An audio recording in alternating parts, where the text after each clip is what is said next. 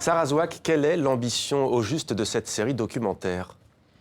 Alors le Women's and Store in Muslim Countries, donc, ça a pour but de lutter contre les préjugés sur les femmes musulmanes, mais aussi de susciter l'inspiration pour que chaque femme en fait devienne actrice de sa propre vie.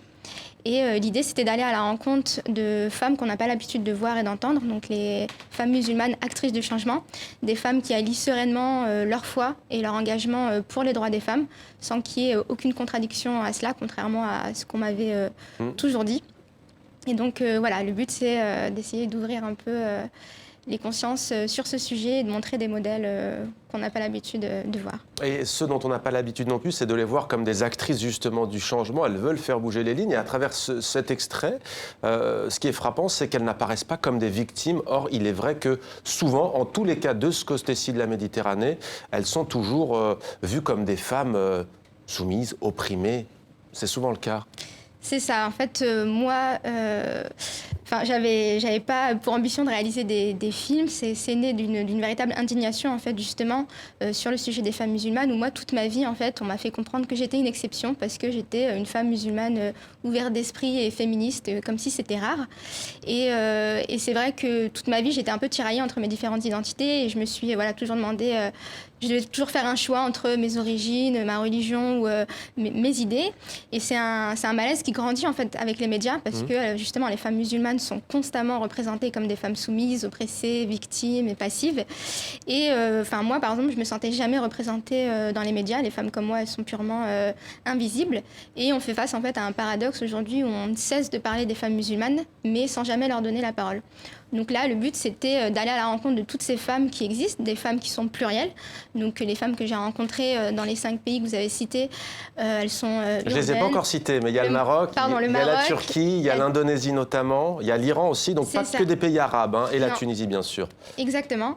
Donc 5 pays majoritairement musulmans et qui sont très différents les uns des autres. L'Indonésie étant le plus grand pays musulman au monde. Ouais, c'est pour ça que je l'ai choisi en me disant que du coup ce serait le premier pays de femmes musulmanes aussi. Et voilà, donc le but c'était vraiment de montrer tous ces modèles de femmes qu'on n'a pas l'habitude de voir et surtout en position justement d'actrice du changement. Donc mon but c'était pas juste de montrer des modèles positifs, mais c'était aussi de montrer des modèles inspirants. Et inspirants non seulement pour les femmes musulmanes, parce que en fait moi ce que je dis souvent c'est que je suis partie à la rencontre de ces modèles de femmes que j'ai toujours cherchés. J'ai réalisé le film que j'aurais aimé voir en fait à 12 ans, ça m'aurait évité tous ces questionnements en tant que femme pour se construire. Ce long cheminement, ouais. C'est ça, où comme je dis souvent, on est un peu schizophrène, quoi.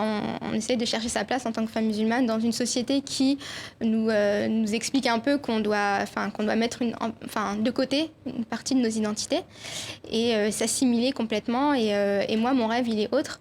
Moi, mon rêve, c'est que les femmes puissent s'épanouir, non pas malgré leurs identités multiples, mais grâce à elles.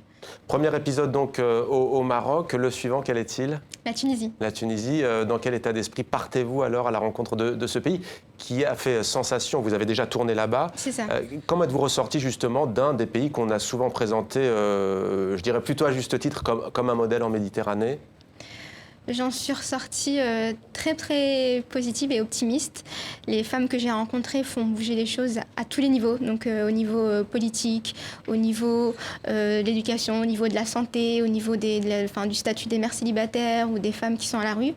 Et on prend notre place. Donc ces femmes-là, elles prennent leur place dans la société, ce qu'elles font déjà depuis très longtemps, parce qu'on sait que la Tunisie a toujours été un modèle dans cette région du monde.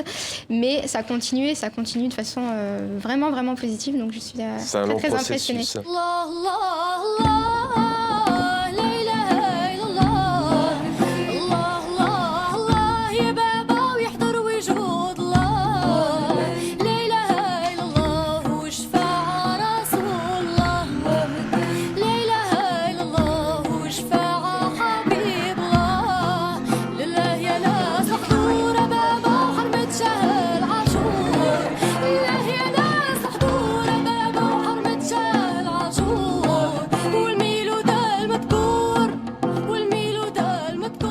Il y a de problèmes, autant il y a de potentiel dans notre société pour approcher ces problèmes créativement, avec amour, avec intelligence.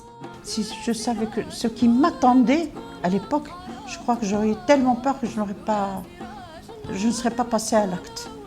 Sauf que je ne savais pas. وتيفتخروا بنا الحمد لله تيضرب بنا المثل. مبروك علينا هذه البداية مازال